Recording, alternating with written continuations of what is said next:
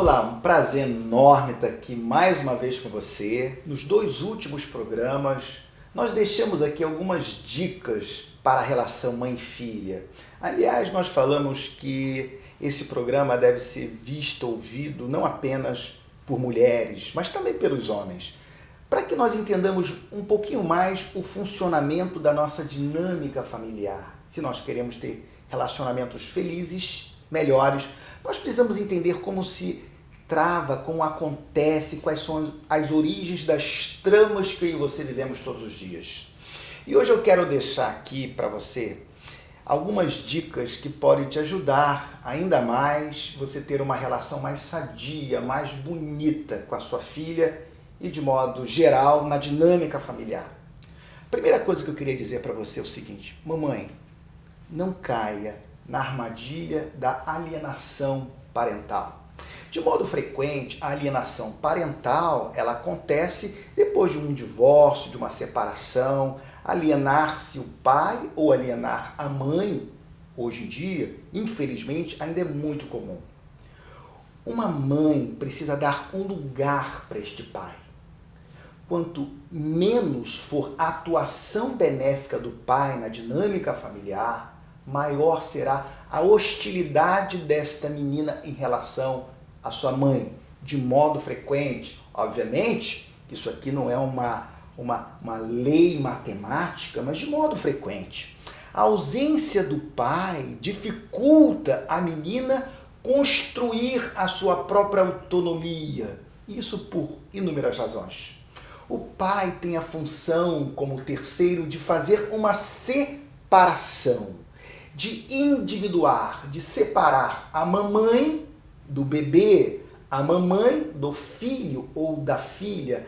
A lei do pai põe limite ao desejo da mãe pela criança e põe limite ao desejo da criança pela mãe. O que há entre a mãe e a criança? Há o desejo. A lei do pai vem por limite ao desejo. O pai representa a lei. E uma criança só terá um pai se esse pai existe no discurso, na fala da mãe. Sabe aquele momento que o seu marido ou o pai do seu filho, da sua filha, deseja trocar a fralda, dar uma mamadeira? O permita, dê-lhe o espaço, mesmo que ele faça errado. Se ele corrigiu, disciplinou de maneira inapropriada, preste atenção. Não advirta o seu marido ou o pai do seu filho na frente dos seus filhos. Fala com ele separadamente. Por quê?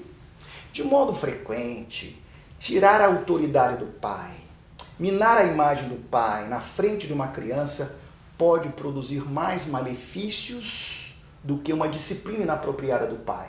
Não estou, obviamente, aqui fazendo uma apologia a uma violência exagerada, à falta de uma disciplina correta. Não é isso. O que eu estou querendo deixar aqui para você é: preserve o lugar deste pai. Este pai tem que estar no discurso, na fala da mãe. Este pai tem que ter um espaço para que ele ocupa e faça a sua função. E aí pode se instalar uma dinâmica bastante patogênica.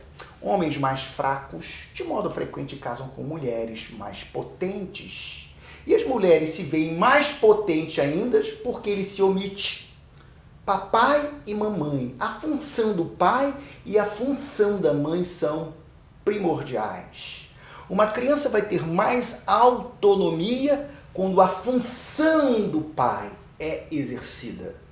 E não vamos confundir aqui entre papel e função. O papel pode ser intercambiado. Por exemplo, fazer uma comida pode ser papai ou pode ser mamãe. Dar uma fralda pode ser papai ou pode ser mamãe. Melhor, trocar a fralda, dar uma mamadeira. No entanto, a fusão constitutiva, muito especialmente até os 2 primeiros anos, é a mamãe. Essa é uma função. A função do pai é fazer este corte. Portanto, dê um lugar para este pai. Talvez ele não seja o melhor homem do mundo. Talvez ele tenha muitas sombras e limitações.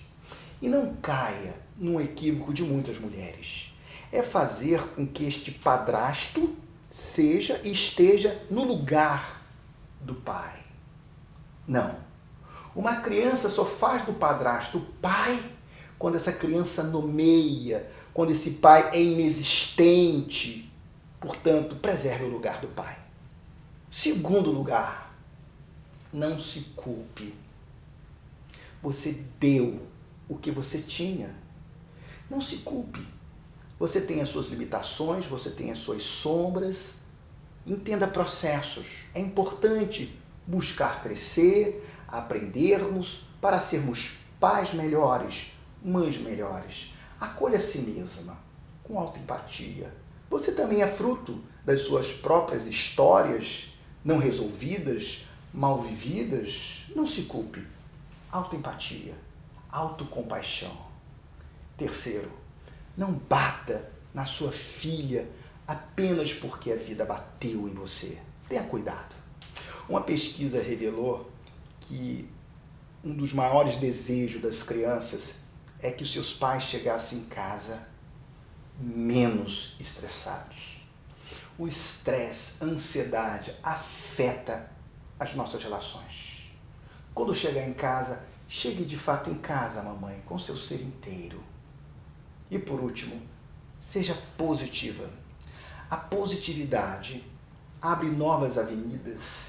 A positividade cria novas possibilidades para os nossos filhos. A crítica não ajuda. Você reforçar, advertir a sua criança sobre o comportamento errado não está ajudando o seu filho. Como disse o Nathaniel Branden, um grande psicólogo americano, disse o seguinte: ninguém se torna bom sendo advertido que é mal. Portanto, foque o positivo, seja mais positiva. Nós somos seres heliotrópicos, ou seja, somos seres atraídos pela luz, pelo sol. Sol de positividade, sol de ternura, sol de amabilidade. Seja mais positiva com seu filho, seja mais positiva em casa, ensine mais a gratidão e cultive relacionamentos mais positivos. Um forte abraço, nos vemos no próximo programa e um final de maio abençoado para você. Fica com Deus.